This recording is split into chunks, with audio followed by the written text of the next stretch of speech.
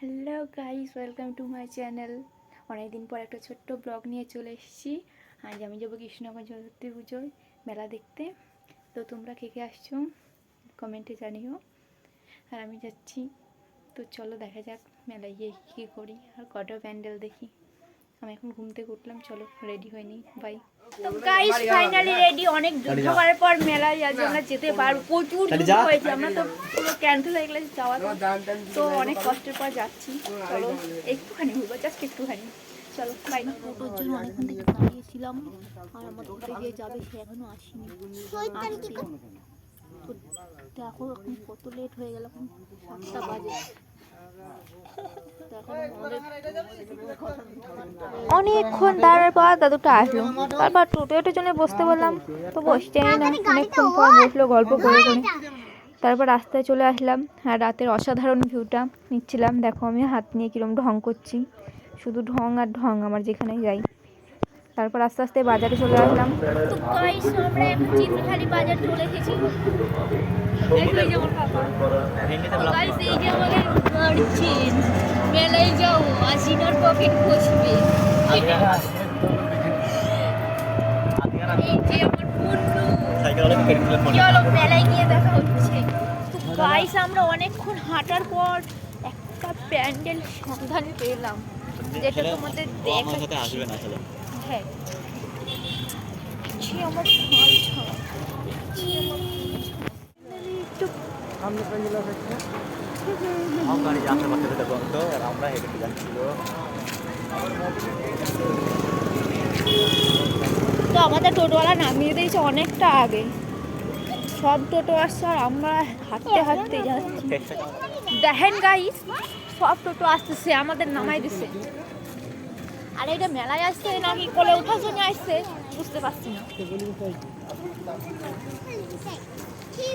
তো দেখেন পিছনে কত গাড়ি আসতেছে আর আমাদের নামাই দিছে। এখন আমরা হাঁটতে হাঁটতে যাইতে হবে।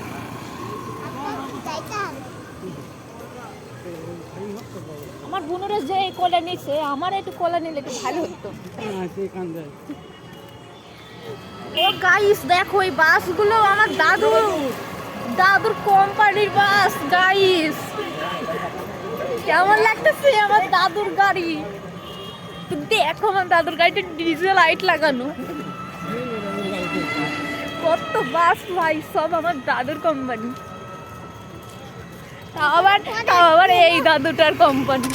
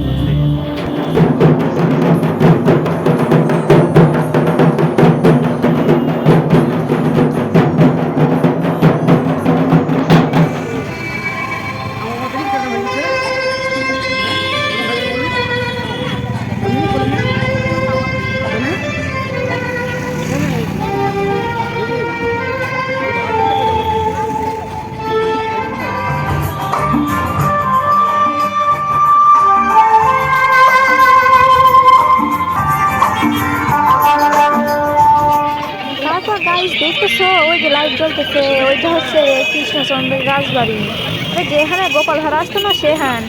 চলো ভিতরটা ঘুরে দেখাই, চলো কত লোক যাইতেছে। আরে বাপ কেমন লাগতেছে লাইটিং গুলো, আরে বাপ রে বাপ, ঢুকতে না ঢুকতে এত ভিড়, সব গাড়ি নিয়ে যাচ্ছে, আমার গাড়ি নেই বলি তাই হেঁটে যাচ্ছি আর মনটা খারাপ করছে।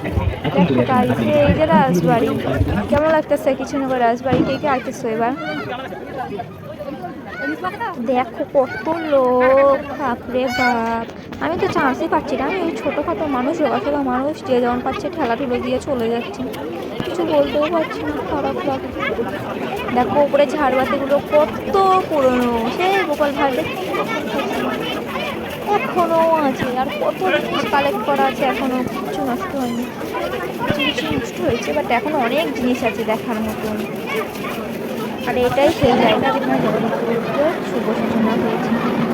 দেখছো কত লোক, কত সব পুরোনো কালেকশনে সব পিক তুলে নিচ্ছে সবাই, স্মৃতি বাড়িয়ে দেখবে, সবাইকে দেখাবে। দেখো সব পুরোনো জিনিস, সব জিনিস, টেলিফোন, টেলিফোন আর এই যে কাপ, দারুণ লাগছে, কাপ তো হচ্ছে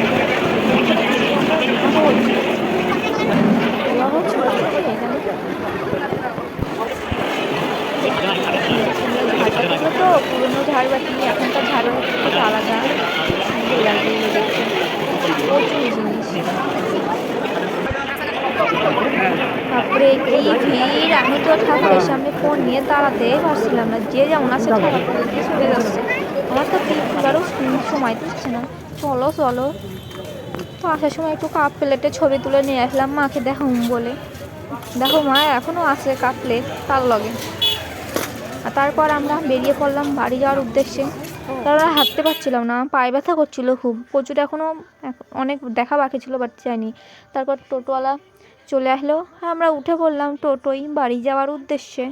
আমি মেলার থেকে একটা দারুণ জিনিস কিনেছি, বাড়ি গিয়ে দেখাবো চলো। আর বাজারে এসে দাদু নেমে গেল টাকা সেটা আসবে বলে, আর আমরা 4 ভাই বোন চলে আসলাম টোটোই। তারপর স্কুলের সামনে দিয়ে চলে আসলাম, আর আমার বোন তো পুরো ঘুমিয়েই পড়েছিল। দেখো আমরা আস্তে আস্তে বাড়ি যাই, আর বাড়ি গিয়ে কথা বলছি চলো। তো ফাইনালি বাড়ি চলে আসলাম, আর আমি কি কি কিনেছি দেখাচ্ছি তোমাদের। আর খুব টায়ার্ড লাগছিল, যেটুকু হেঁটেছি ততটুকু টায়ার্ড। আর দেখো আমি সব থেকে আমার স্পেশাল জিনিস রান্নাবাটি, এইগুলো যে আমার কত কেনার শখ ছিল, আমাদের এখানকার মেলায় কিনবো ভেবেছিলাম বাট কিনিনি, কিন্তু এবার কিনেছি। আমি এটাই রান্না করবো, তাই হেবি সুন্দর লাগছে জিনিসগুলো, ছোট জিনিস দেখতেই সুন্দর লাগে যাই বলো।